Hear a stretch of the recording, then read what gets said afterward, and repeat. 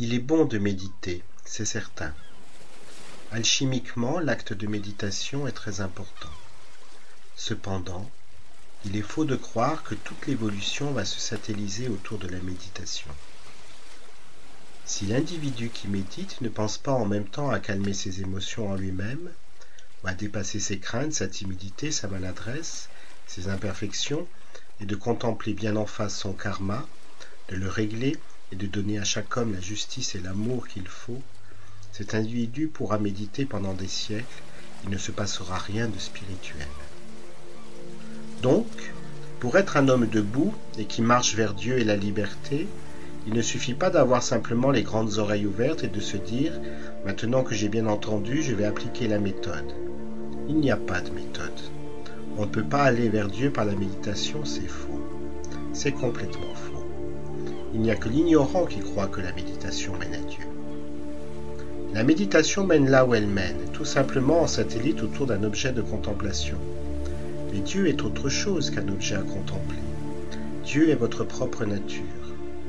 Donc, il ne suffit pas de méditer, il faut aussi devenir Dieu. Il ne faut pas simplement se satelliser autour d'un objet divin et méditer sur l'objet, un mantra, ou la forme et la couleur ou le son de Dieu. Ceci est satelliser sa conscience autour d'un objet. Mais l'objet, c'est vous. L'objet divin, c'est vous.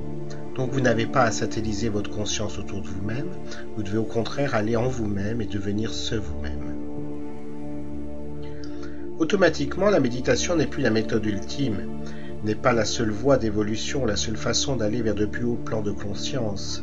La méditation est un travail plus particulier d'introspection des énergies et d'élévation des énergies. Mais en attendant, tout le reste de la vie doit être aussi une grande méditation. La conscience n'est pas en méditation que lorsque vous daignez méditer et qu'ensuite vous la laissez faire ce qu'elle veut, spéculer mentalement, désirer des plans en sauce, voir des films, des amis, désirer le phare de la vie. Si l'on veut évoluer, il faut prendre la vie entière comme une longue et profonde méditation. C'est pourquoi, immanquablement, au cours de votre vie, au cours de vos jours, vous allez devoir apprendre à vous détacher des objets qui attachent votre conscience dans une contemplation un peu trop statique. C'est ce que l'on appelle se défaire de ses défauts, par exemple. Pour comprendre que tout au long de la journée, l'individu doit soigner sa conscience, soigner le type d'investissement qu'il fait des énergies de sa conscience vis-à-vis de certains objets, comme je l'ai dit, il n'y a pas simplement 10 minutes de méditation réservée à Dieu, et puis ensuite le reste où l'individu est comme il est. La conscience est exactement la même pendant les 10 minutes où l'on va méditer, et pendant le reste des longues heures où l'on va être soi-même. La conscience est toujours en méditation. Ce qui fait lorsque vous êtes en train de lire votre journal, il faut que vous compreniez que votre conscience est en méditation sur la lecture du journal. Lorsque vous êtes en train de regarder un arbre, votre conscience est en méditation sur l'image de l'arbre. Lorsque vous êtes en colère, votre conscience est en méditation sur votre colère. Tout est contemplation pour la conscience, que ce soit la colère, le journal ou la voiture qui passe, que ce soit l'instant où vous vivez un lien affectif ou une relation sexuelle, il s'agit tout autant d'une méditation pour la conscience. La conscience est donc comme une entité, un royaume qui s'investit dans l'objet que vous regardez, dans l'objet que vous ressentez, que vous éprouvez. Ce qui fait que pour la conscience, lire un journal, c'est méditer sur le journal, comme le journal n'est pas un objet divin. Lire un journal n'apportera aucune illumination spirituelle.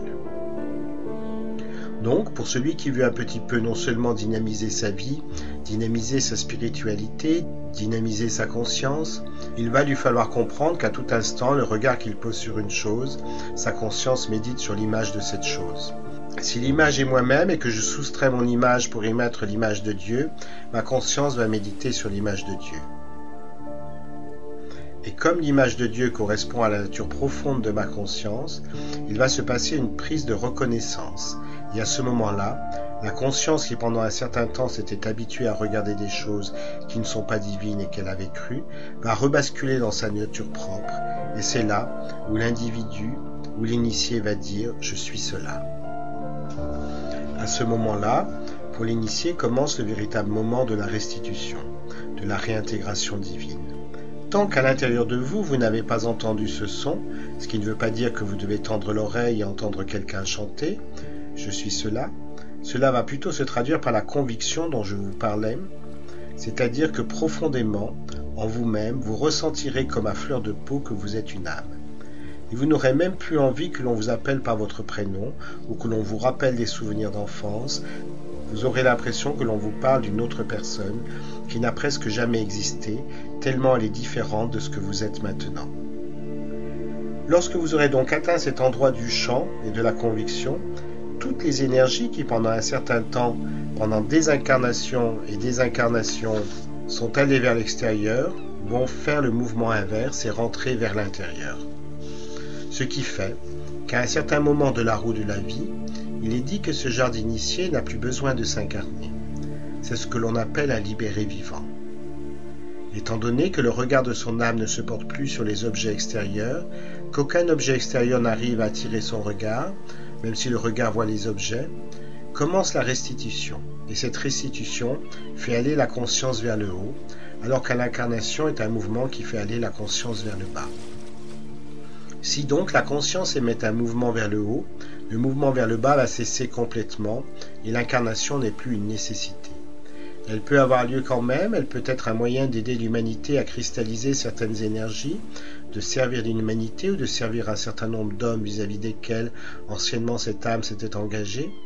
Mais l'individu n'a plus à s'incarner pour sa propre évolution, la Terre n'a plus rien à lui apporter.